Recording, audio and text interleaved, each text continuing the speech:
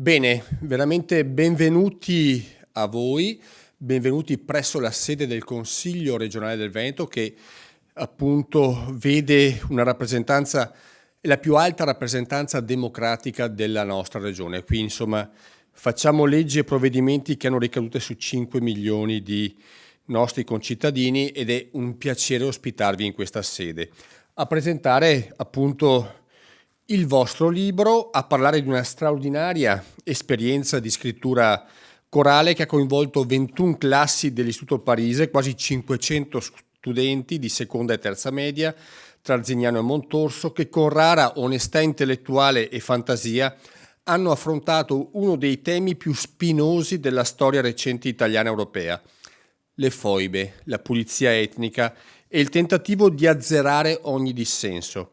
C'è un passaggio chiave del vostro libro, edito da Leoger, una prestigiosa casa editrice, e probabilmente che, apro le virgolette, è probabile che in questa foiba non ci siano italiani, ma sloveni, croati, cattolici e oppositori di Tito. Specificando che italiani oppure no non cambierebbe nulla, sono persone che hanno sofferto a causa della follia umana. Questo è il senso profondo del vostro romanzo, che racconta i fatti attraverso gli occhi di un adolescente, Martina, che rappresenta i vostri sentimenti, le vostre domande, la vostra ricerca di verità attraverso i fatti storici acclarati. Il fondamento storico dà consistenza autentica ai personaggi del racconto, i quali offrono una prospettiva inedita perché non viziata da pregiudizi o stereotipi della storia. Ho lasciato da troppo tempo i banchi di scuola, ma ricordo ancora bene la lettera del Marchese d'Azeglio, in cui Alessandro Manzoni spiegava che la letteratura in genere debba proporsi utile per il scopo, il vero per soggetto e l'interessante per il mezzo.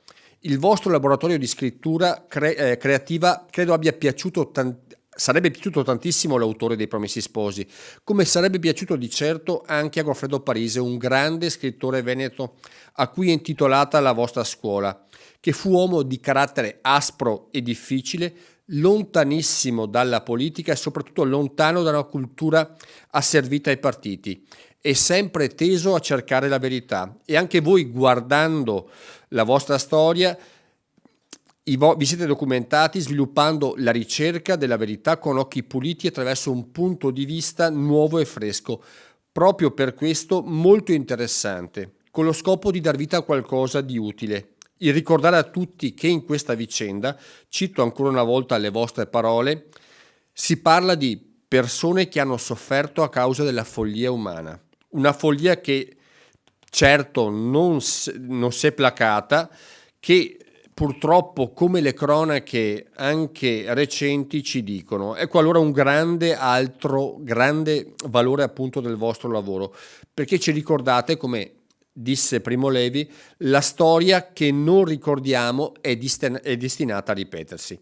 Non voglio sottrarvi altro tempo a questo momento in cui i protagonisti siete tutti quanti voi. Come veramente grazie per chi è qui presente in questa sala, anche i colleghi consiglieri, in particolare Tommaso Razzolini. Io posso solo dirvi grazie, dire grazie ai vostri insegnanti, al preside Pierpaolo Frigotto che vi ha seguito in questa bellissima avventura.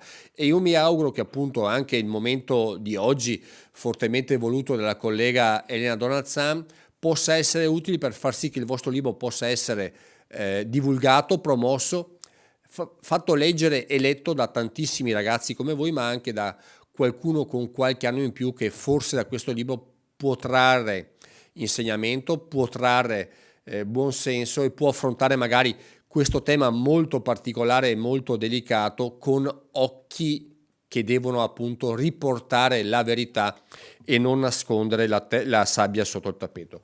Grazie ancora, lascio la conduzione alla collega Donalzan che sicuramente lo fa in maniera molto molto autorevole. Prego Elena. Grazie Presidente anche per Grazie infinite. Per l'onore che... Adesso sì, ho detto grazie al Presidente del Consiglio regionale Roberto Ciambetti per l'onore che ci ha fatto di portare il saluto dell'intera Assemblea legislativa e per ospitarci in questa sede.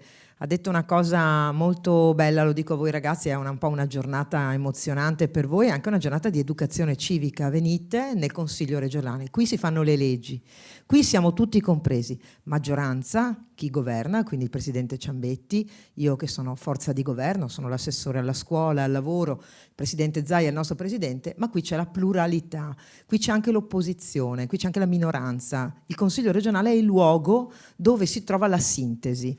E questo mi sembra importante da dire quando noi ci poniamo di fronte a come educhiamo i nostri giovani e che cosa diamo loro. Ringrazio Tommaso Razzolini perché mi aiuta, è il consigliere regionale, vedete anche molto giovane ragazzi. Ecco, pochi anni fa Tommaso Razzolini da studente si poneva la domanda che mi ponevo io prima, ma perché nelle pagine dei nostri libri di storia, io ho fatto il liceo a Bassano del Grappa, Tommaso ha fatto un istituto tecnico a Valdobbiadere, ma né nei miei libri né nei suoi, a distanza di diversi anni, ma nemmeno oggi, ve lo dico da assessore all'istruzione, quando troviamo un libro di storia c'è qualche cosa che parli di foibi. Se c'è pochissimo, perché c'è ancora una coltre, un velo che copre. L'operazione che avete fatto voi, ringrazio di cuore Pierpaolo Frigotto, ringrazio la presenza anche dell'amministrazione di Arzignano perché dà autorevolezza anche a questo lavoro che avete fatto voi in un comune significativo che vuole parlare alla verità della storia. La scuola diventa il luogo dove questa cultura e questa mentalità si formano. Poi si arriva in un consiglio regionale, poi si arrivano a fare le leggi, ma prima di tutto devi avere buoni e bravi cittadini con la testa aperta. Con la testa aperta anche per quanto riguarda la propria storia e la propria cultura. Quando io ho saputo di questo, col professor Frigotto mi lega io lo stimo moltissimo, lo dico pubblicamente e veramente pesando le parole. Faccio l'assessore da tanti anni e quando trovo un professore capace di far crescere lo spirito critico nei propri ragazzi, di farli lavorare al di là del programma normale, io trovo una ricchezza grande. E quindi io chiudo così, con questo ringraziamento al lavoro che è stato fatto da voi ragazzi, perché siete stati accompagnati da un bravo magister, che in latino è il maestro. Poi il titolo è professore in questo caso, ma magister di vita è chi ti insegna a camminare dandoti gli strumenti per farti una tua opinione. E guardate che questo ha molto a che fare con la verità della storia, perché noi siamo le radici che siamo, noi siamo la storia del nostro passato, della nostra famiglia, della nostra comunità e del nostro territorio. Io che poi mi ritengo un'italianissima, cioè io mi commuovo quando sento l'inno nazionale, d'accordo? Quindi piango alla mia tenera età, penso che ci siano stati italiani di là dall'acqua, il mare Adriatico era solo un po'... univa la Repubblica Serenissima, univano le tradizioni romane, univa anche la storia recente d'Italia. Di là dall'acqua c'erano italiani che qualcuno poi ha voluto dimenticare. Voi avete fatto una grande operazione di verità, di onestà intellettuale, come ha detto Roberto Ciambetti. Chiudo qui, lascio la parola al professor Frigotto che poi mi ha detto che darà la parola a voi e quindi io sono molto molto interessata ad ascoltarvi. Grazie.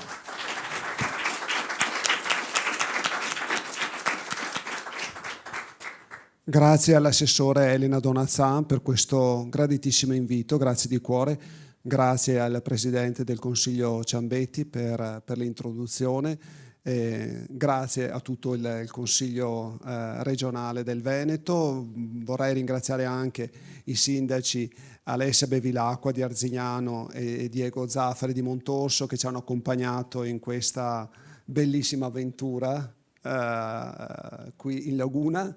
E grazie anche a tutti gli insegnanti, sono stati 15 insegnanti che hanno partecipato ad un progetto che è stato un progetto importante, per noi molto importante.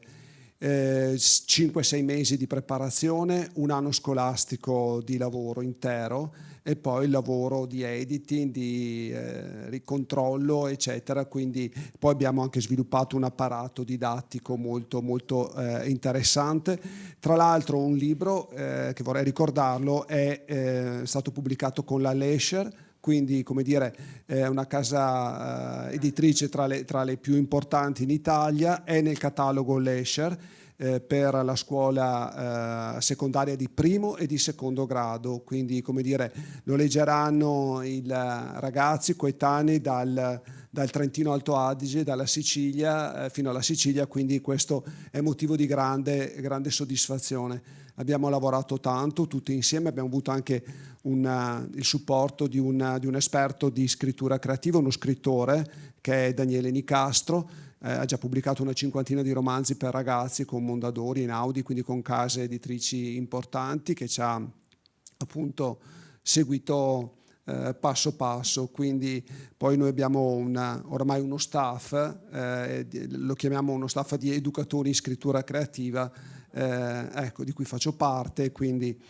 E il tutto è partito nel 2020, quando nel 27 agosto, fine agosto, lessi su Avvenire un articolo di giornale che mi lasciò stupefatto.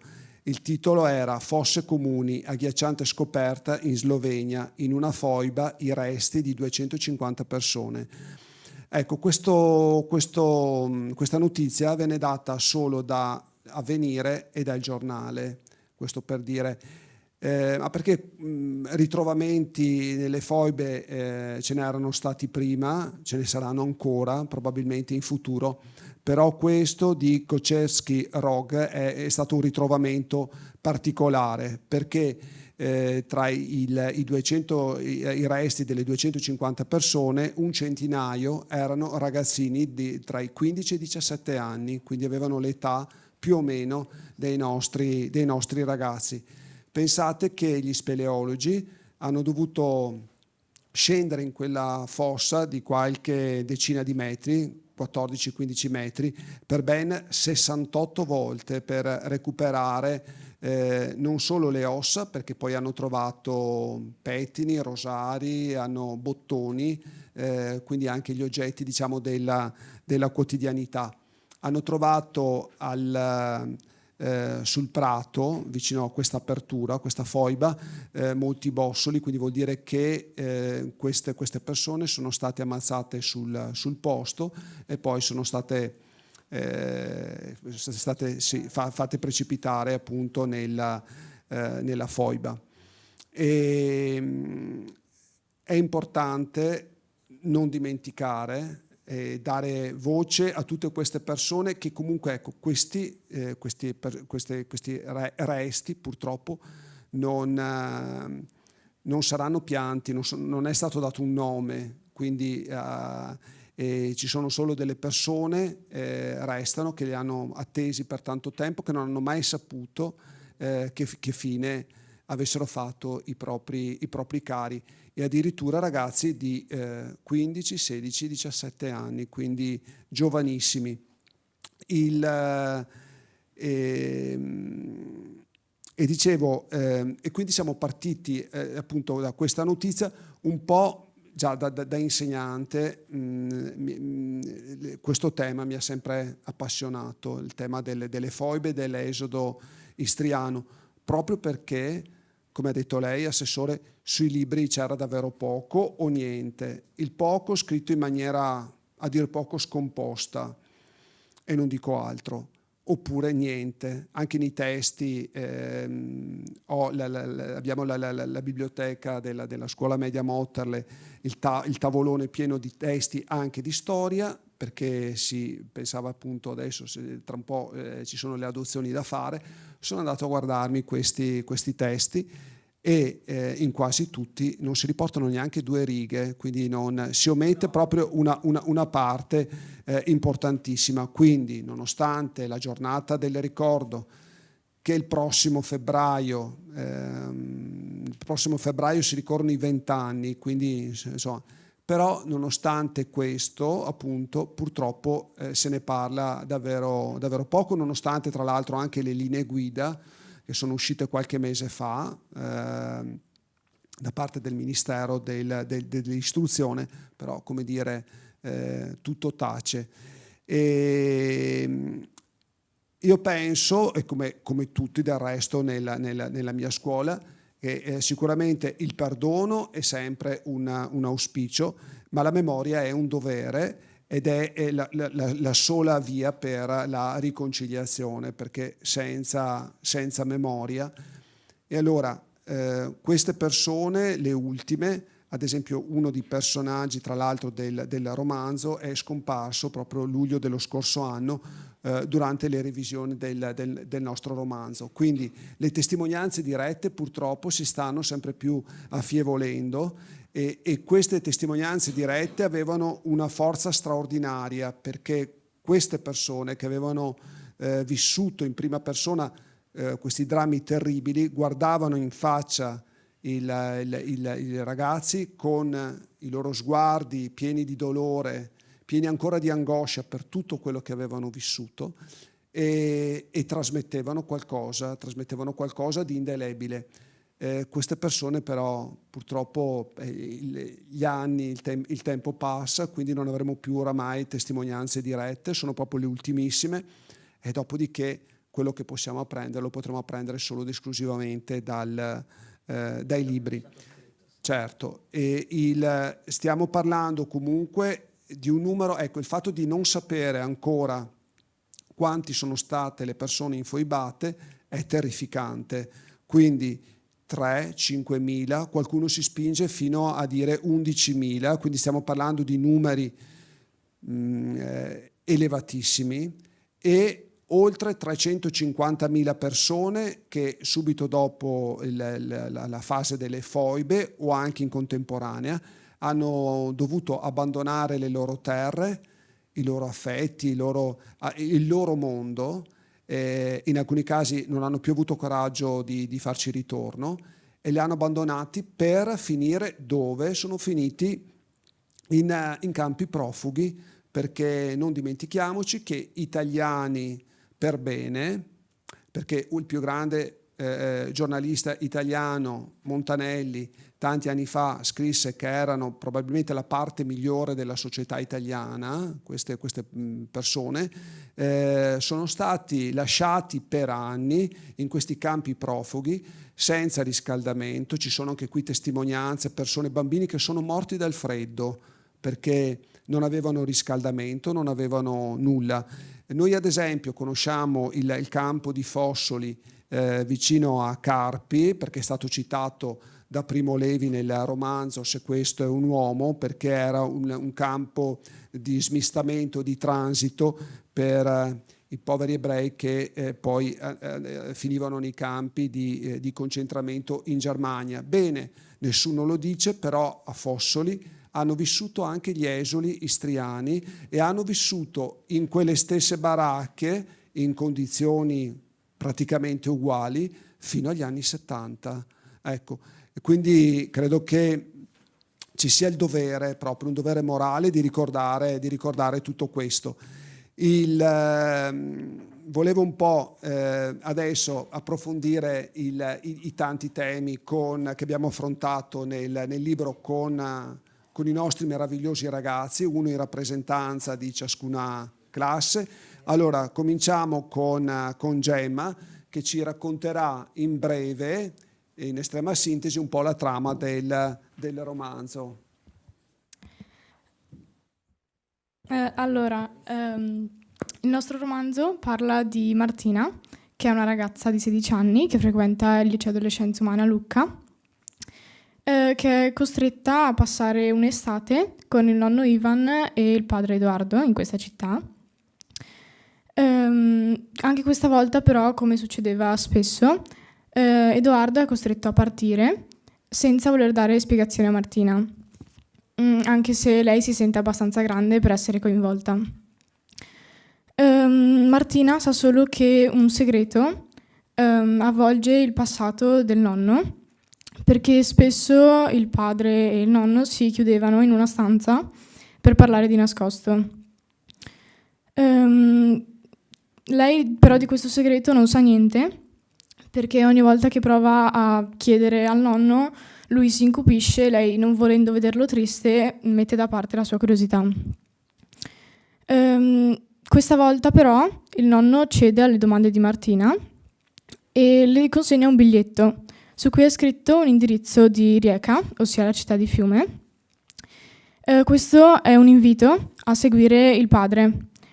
Così Martina, senza farselo ripetere 2 volte, prepara le sue cose in fretta e furia e sale su un treno senza aver comprato il biglietto.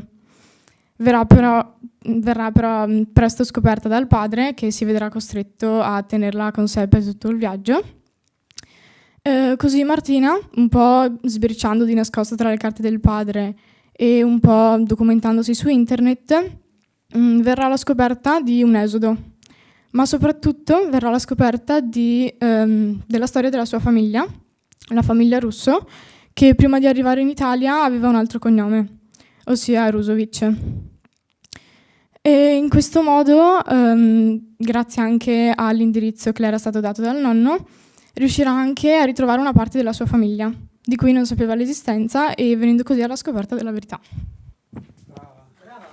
Grazie. E invece Edoardo ci parlerà un po' dei personaggi e dell'ambientazione, chi sono i protagonisti del nostro romanzo e pur potendo definire il nostro romanzo un romanzo storico, come mai abbiamo deciso di ambientarlo al presente? Prima di tutto abbiamo scelto come protagonista una ragazza adolescente, pensando a ciò che noi piace trovare nei romanzi, ovvero personaggi della nostra età che vivono esperienze ed emozioni molto simili alle nostre, come accade a Martina quando litiga con il padre, o ancora con l'atto di bullismo che la vede coinvolta, o anche con l'amicizia che stringe con Vladic e l'uso dello smartphone e dei social media. In questo modo ci siamo sentiti più coinvolti e legati alla storia. L'abbiamo percepita come qualcosa di molto vicino alla nostra sensibilità e pensiamo anche che ai ragazzi che vorranno leggere il nostro romanzo farà piacere riconoscersi in qualche aspetto di Martina e dei personaggi che le ruotano intorno. Accanto a Martina abbiamo creato la figura del padre, Edoardo, uno stoico del Novecento estremamente impegnato nel suo lavoro, tanto da trascurare ogni altra cosa. Il nonno Ivan è una presenza importante per Martina e il suo complice in questa folle avventura. Altri personaggi di fantasia che popolano e animano il mondo di Martina e di suo padre sono Wanda, l'amica e collega di Edoardo, verso cui Martina proverà un'istintiva antipatia, dovuta dal fatto che, anche se non lo vuole ammettere, prova una gelosia per il padre. Poi c'è ancora Anika, l'unica rappresentante in vita della famiglia di Martina rimasta a Rijeka.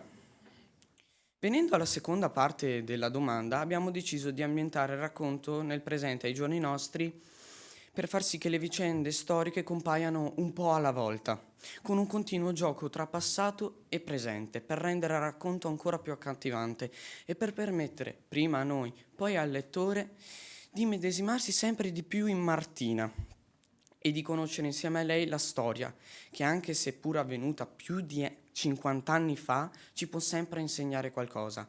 E soprattutto, questo romanzo ci permette di mostrare che la storia non è astratta o estremamente lontana e dislegata da noi, come spesso ci appare, ma coinvolge uomini e donne comuni, le cui vite vengono sconvolte dalle decisioni dei grandi. Bravissimo, bravo. Bravo Edoardo. Adesso tocca a Sara che ci parlerà del rapporto complesso tra Martina e il padre Edoardo, no? E poi ci spiegherà che tipo di rapporto è questo e che differenza c'è invece tra il rapporto che ha Edoardo con il padre anziano Ivan. Allora, Martina ha un rapporto complesso con il padre, sicuramente dovuto in larga parte a una reciproca incomprensione e infatti il padre vuole tenere Martina al sicuro, al riparo da una verità che considera troppo dura per una ragazza della sua età e quindi la fa vivere in questa sorta di mondo ovattato. Quello che però Martina vuole far capire al padre nel corso del romanzo è proprio il fatto che lei è cresciuta, che quindi non è più una bambina ma una ragazza ed è pronta e ha il diritto di sapere la verità sulla sua famiglia. E nel momento in cui il padre capisce questo, tra i due inizia un nuovo tipo di rapporto. Infatti c'è una rivalutazione del padre da parte di Martina nel corso della storia. All'inizio lei non comprende perché sta sempre via così tanto, ci sono questi lunghi viaggi, ma quando capisce il motivo di questi comportamenti, quindi di che cosa si occupa, ma soprattutto perché lo fa, allora il modo di guardare Martina cambia completamente, di guardare, scusate, il padre cambia completamente, e quindi Martina apprezzerà sempre di più quest'uomo e i due un po' alla volta si riavvicineranno. Un altro rapporto appunto è quello tra Ivan ed Edoardo. I due sono strettamente legati dal segreto, diciamo, della famiglia. E infatti non a caso Edoardo ha scelto la professione di storico, ma proprio per dare delle risposte al padre, e quindi ha sacrificato tutta la sua vita, persino il matrimonio e il rapporto con la figlia, per dedicarsi alla ricerca della verità. Ma nel romanzo abbiamo voluto mettere in luce anche un rapporto intergenerazionale, che è quello tra Ivan e Martina. Sicuramente il rapporto nonno e nipote è quello più dolce, tenero, e il nonno è una figura importantissima per Martina. Infatti è l'unico per cui lei è disposta a tenere a bada la sua curiosità. E inoltre il nonno ripone anche molta fiducia nella nipote, tanto che lui a dare il suo benestare a Martina per intraprendere il viaggio di nascosto. Quindi in un certo senso scavalca il padre per affidare alla nipote ciò che di più prezioso gli resta, ovvero la ricerca della verità e della sua famiglia. Bravissima. Infatti il romanzo è stato costruito proprio come un on the road e anche come una sorta di romanzo giallo, nel senso che molti misteri si verranno a scoprire un po' alla volta. Ecco. Adesso tocca a Giulia, appunto, e Giulia un po' ci spiegherà come Martina verrà a scoprire la verità sulla sua famiglia. Allora, Martina presenta per tutto il romanzo le caratteristiche che la contraddistinguono fin dal primo capitolo, ossia l'intraprendenza e il coraggio. Martina nel cuore del romanzo scappa nuovamente dal padre per seguire la sua missione, ossia andare a cercare l'indirizzo che le ha consegnato il nonno. Lo fa approfittando che il padre era nei locali dell'ex Ermadiaz con il ricercatore Ravinkar. Arrivata all'indirizzo doveva cercare una certa Nevenka, ma scopre che è morta poco tempo prima e che era la sorella del nonno, di cui lei non aveva mai nemmeno sospettato l'esistenza. Lì conoscerà invece Anika, la figlia di Nevenka, e che le racconterà tutta la verità sulla sua famiglia, appunto i Ruzovic. Lì avrà modo di leggere il diario di Nevenka e scoprirà che la sua bisnonna Corina era di origine austriaca, mentre il bisnonno era metà slavo e metà italiano. Ebbero avuto 3 figli, sono Ivan, Nevenka e Jose. Jose, poco prima che Fiume fu conquistata dai comunisti, tentò di scappare in Austria, ma di lui non si fu più saputo nulla. Il terribile dubbio della famiglia è che fu stato infubato. Brava.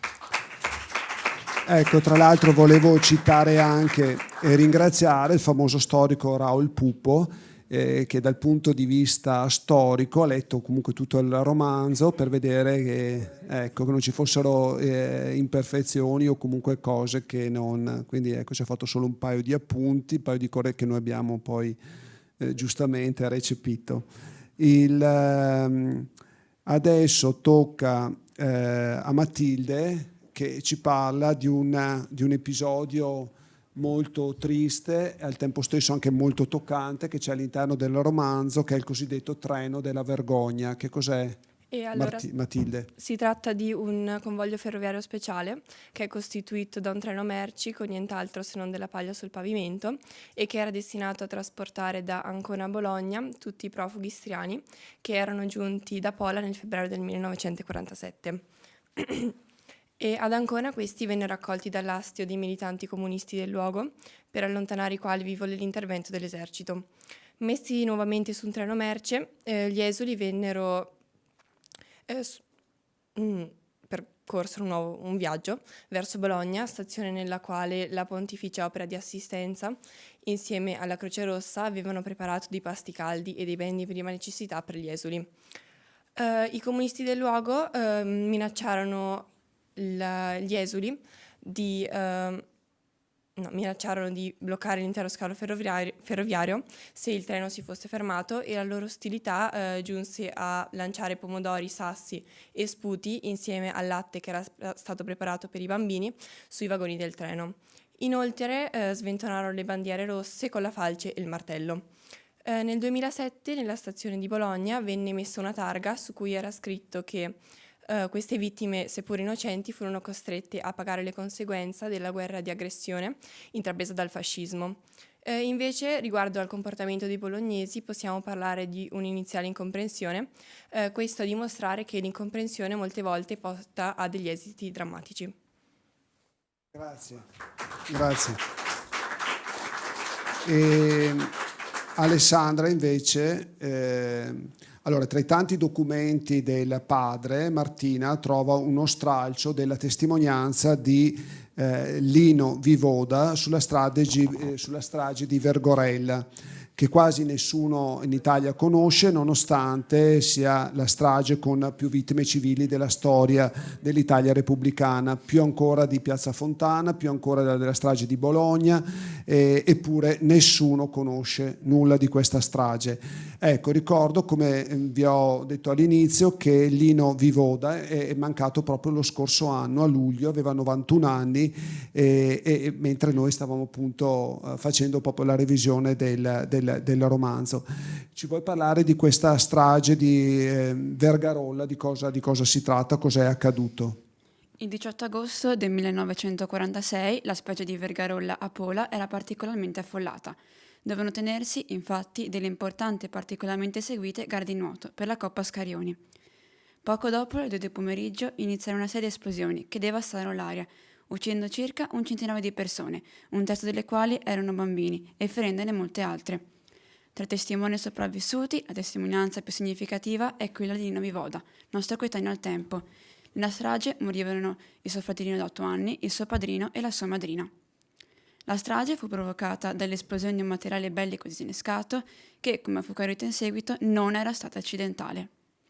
L'esplosione fu enorme, la colonna di fumo che si alzò rimase impressa nelle fotografie dell'epoca e, fatta ancora più straziante, come già anticipato, la strage fu soprattutto di bambini. Fin da subito, con l'inchiesta che venne condotta da parte delle autorità inglesi, c'era il sospetto che la strage non fosse stata accidentale, ma che qualcuno avesse fatto detonare quel materiale bellico intenzionalmente. Domande aperte sono ancora molte, nonostante ormai le interpretazioni più accreditate di quanto è accaduto è che questo fu un atto terroristico da parte delle forze jugoslave, volto a colpire e a terrorizzare gli abitanti di Pola, per motivare ancora di più gli italiani ad abbandonare la città. La tragedia di Vergarolla segna il momento in cui la maggior parte degli anni si rese conto che l'esodo non era più rimandabile e aprì altre pagine dolorose del confine a nord-est, rese ancora più amare dal fatto che, dopo tutto questo tempo, la tragedia di Vergarolla a Pola è ancora poco conosciuta e ricordata. Grazie.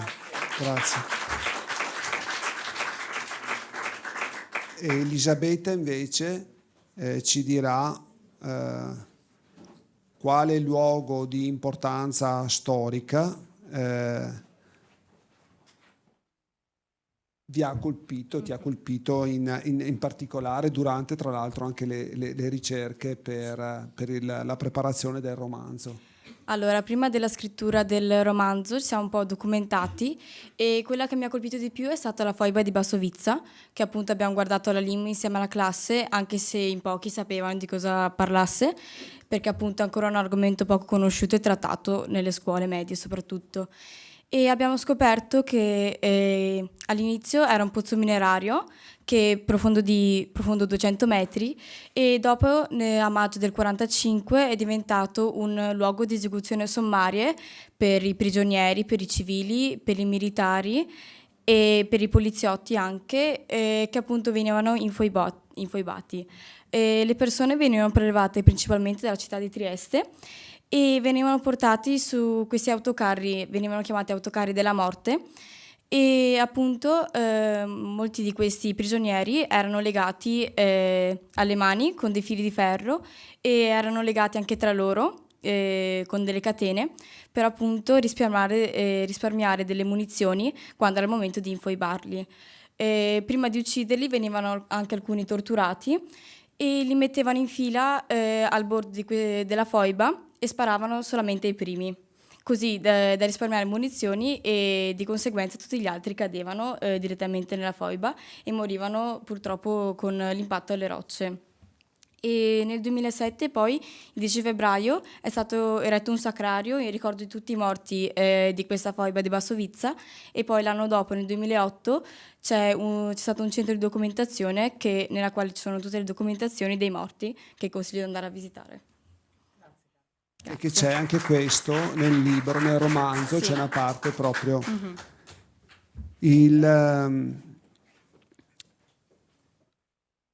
Adesso invece Stella ci parlerà di un personaggio del romanzo che è un personaggio reale, storico, anche questo, che è vissuto realmente e che la storia è stata una storia importante. Sì, allora noi abbiamo deciso di approfondire il personaggio di Norma Cossetto, che abbiamo scoperto appunto, come diceva la mia compagna prima, documentandoci sulla foiba di Basovizza. Norma Cossetto era una giovane istriana che fu violentata e poi infoibata nel 1943. L'abbiamo decisa di presentare ai nostri lettori tramite le parole della sorella Licia in un'intervista del 2003 che è stata realizzata al Centro di Documentazione Multimediale della Cultura Giuliana, Istriana e Dalmata. Norma Cossetto era una studentessa universitaria, i suoi genitori erano di proprietari terrieri e per questo benestanti.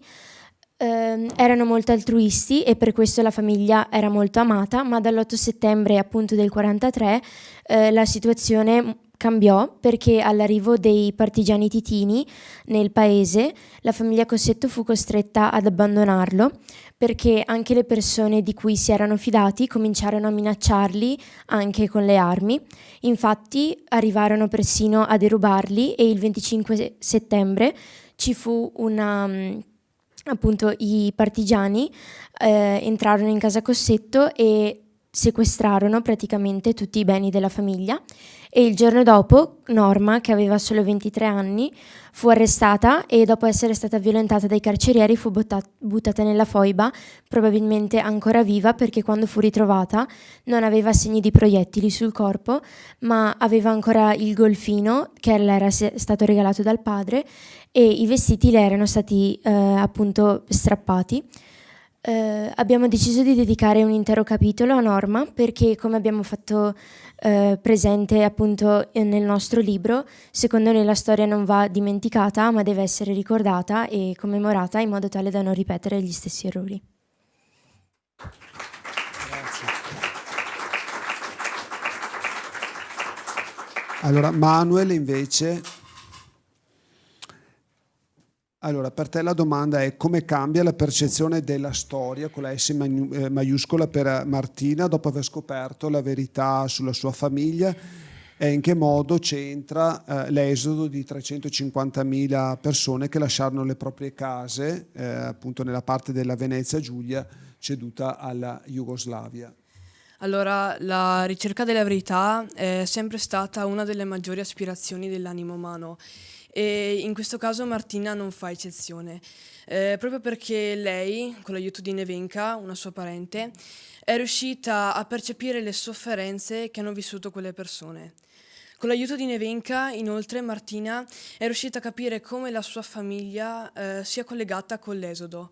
Un esodo giuliano che ha coinvolto più di 300.000 persone in uno spostamento forzato, nel trovare un posto dove vivere e dove guadagnarsi da vivere. Dove guadagnarsi da vivere. Inoltre le foibe che sono delle cavità naturali nel terreno dove gli esuli venivano buttati perché catturati dai partigiani di Tito. Questi venivano legati con del filo di ferro e poi gettati o vivi o morti. Noi con la classe terza M di Montosso abbiamo avuto la possibilità di visitare il magazzino 18, nonché un museo. Durante la gita scolastica, Sì, no? durante la gita scolastica. Qualche settimana fa. Nonché un museo dove sono depositate tutti quanti gli oggetti che gli esuli hanno dovuto lasciare nei vari porti vicino a Trieste. Secondo me riscoprire un segreto di famiglia può essere sia positivo che negativo. Positivo perché capire il passato e le origini della propria famiglia può essere sempre bello, ma negativo perché è doloroso ripensare alle sofferenze che hanno subito i propri antenati.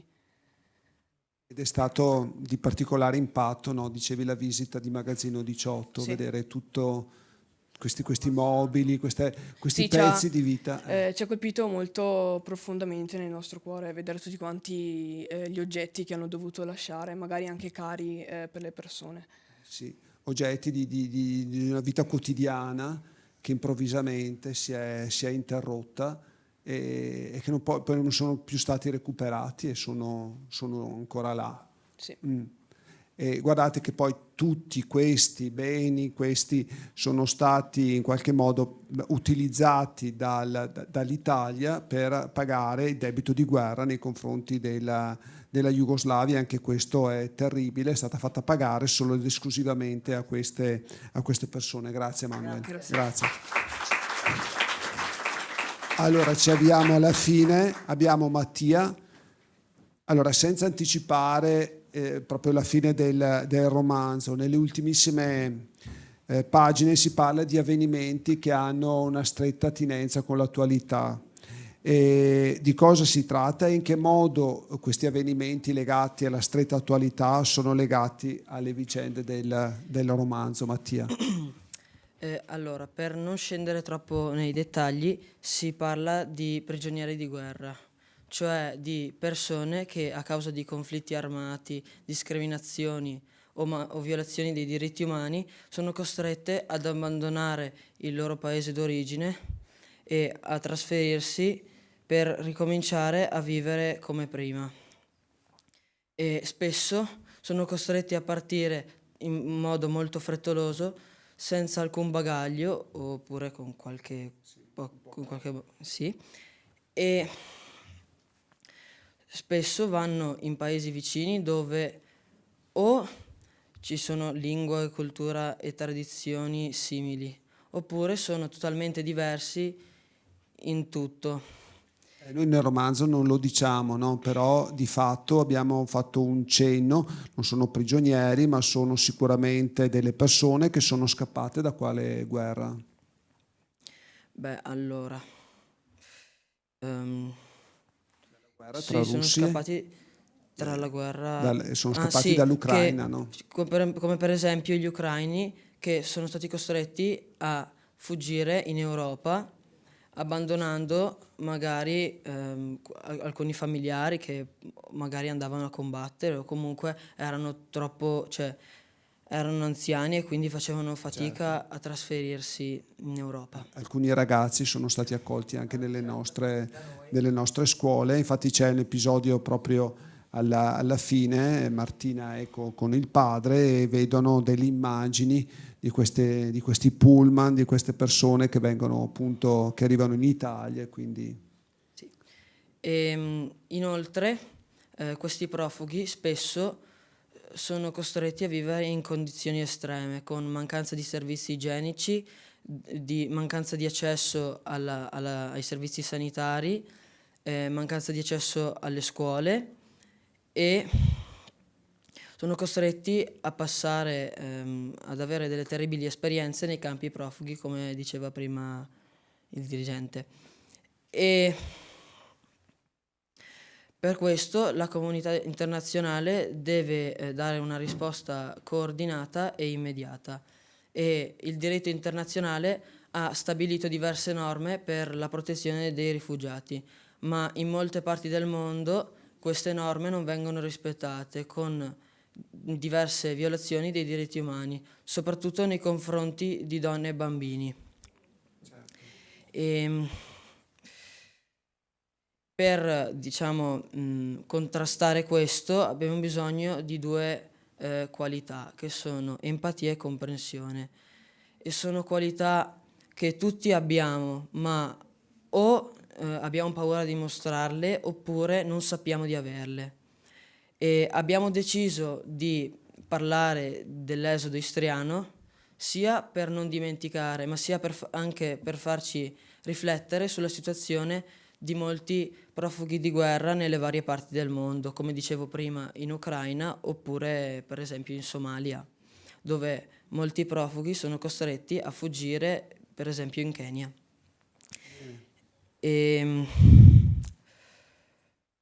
A posto? Sì. A posto così. Grazie Mattia, bravo.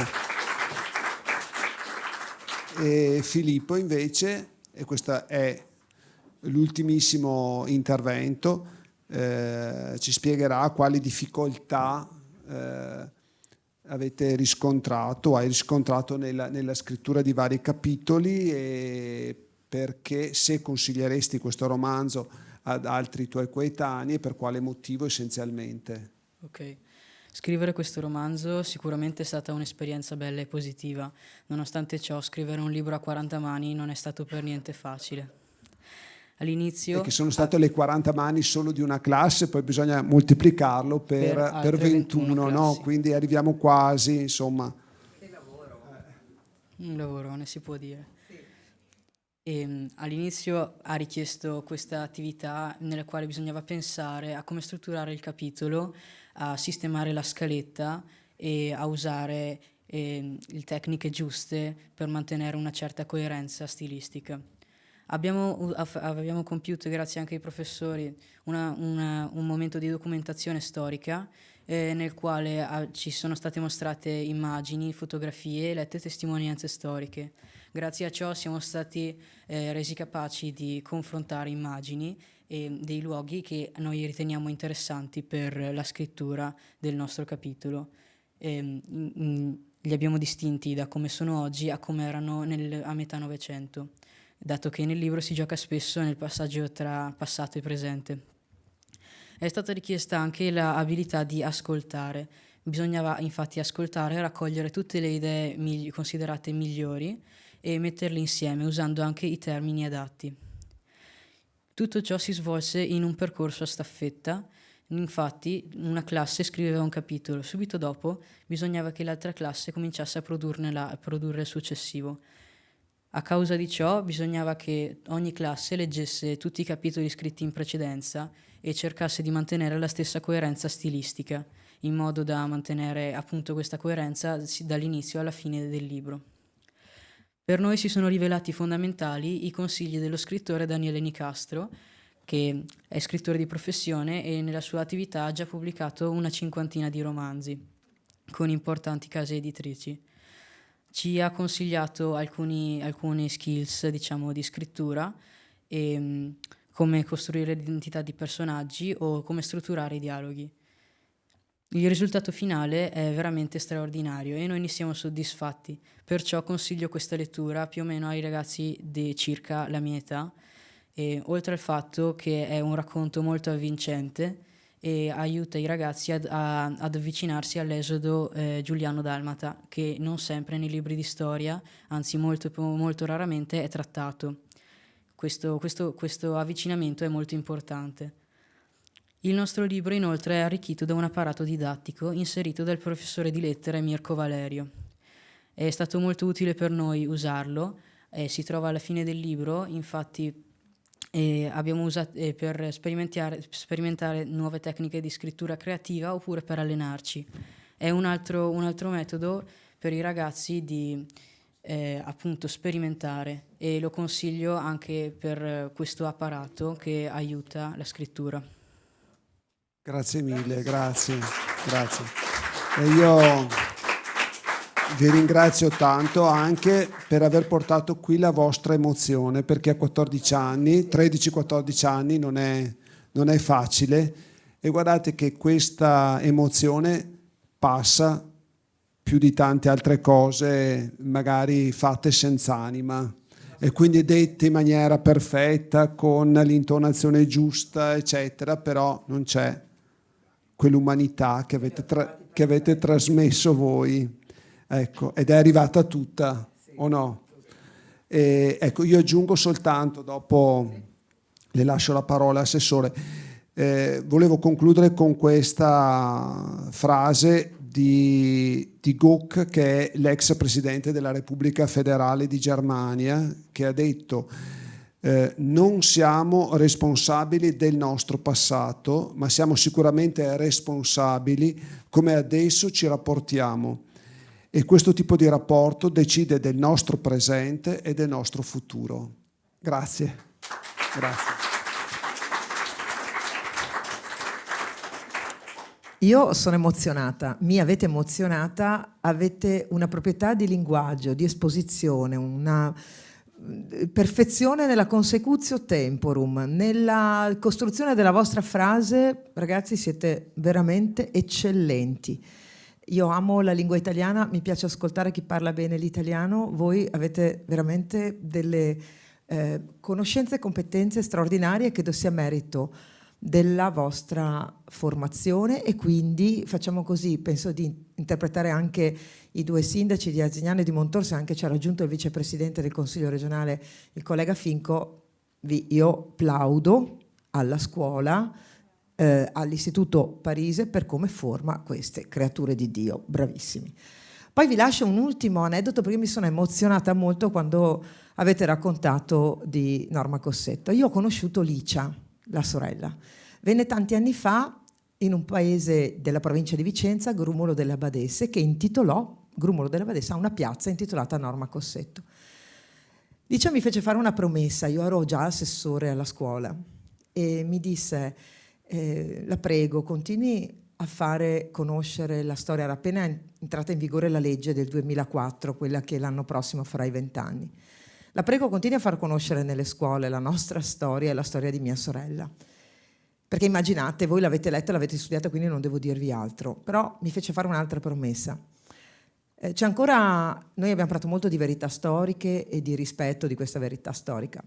Nella più bella antica università del mondo, insieme a Bologna, a Padova, c'è una lapide al Bo, al Palazzo del Bo. Forse qualcuno di voi frequenterà il Bo tra qualche anno, quando vi iscriverete forse all'università. In questa lapide ci sono i nome e cognome dei ragazzi universitari che da partigiani fecero la guerra civile e morirono. Norma Cossetto è scritta lì. Partigiani comunisti. Norma Cossetto è scritta lì. La sorella mi fece giurare che prima o poi sarà riuscita a far togliere il nome di Norma Cossetto da lì e magari metterlo da un'altra parte, perché si combatte dall'una e dall'altra parte. Poi noi abbiamo la storia di oggi per il futuro, ma la verità storica deve essere quella. Allora questo vostro libro ci aiuta a non dimenticare, mi conferma nel fatto che prima o poi, siccome anche la delega all'università lì, non sono mai riuscita a far togliere il nome da lì e metterlo da un'altra parte, semplicemente perché la verità non va tirata da una parte o dall'altra, e voi avete fatto veramente un grande lavoro. Io consiglierò questo libro alle scuole. Sappiate che il Consiglio regionale del Veneto ogni anno fa una seduta dedicata al giorno del ricordo, così come alla giornata della memoria. La Regione del Veneto fa nelle scuole venete momenti di approfondimento con gli esuli. Noi abbiamo un protocollo con la Federazione degli Esuli perché si possa andare ad approfondire, e questo libro diventerà certamente uno dei testi che verrà consigliato. So che la settimana prossima ci onorerete con la presenza del vostro libro al Salone del Libro di Torino. Ecco, tenete conto che state portando la verità storica, la storia d'Italia e anche l'orgoglio di avere una scuola in Veneto capace di fare queste cose. Bravissimi.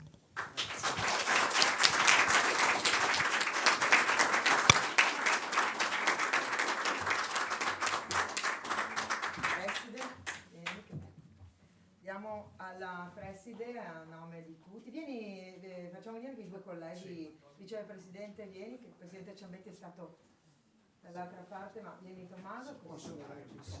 Ah, scusa. Sì, allora, questo è un omaggio che noi vi diamo come Consiglio regionale, come presenza della Regione a voi per essere stati qui. Invito anche i due sindaci a venire, poi facciamo una foto con tutti i ragazzi, però questo è il libro che le istituzioni, il Consiglio regionale vi dona e quindi a nome del Presidente Ciambetti e dell'Ufficio di Presidenza, ma del Consiglio regionale tutto, vi omaggiamo di questo libro. Grazie.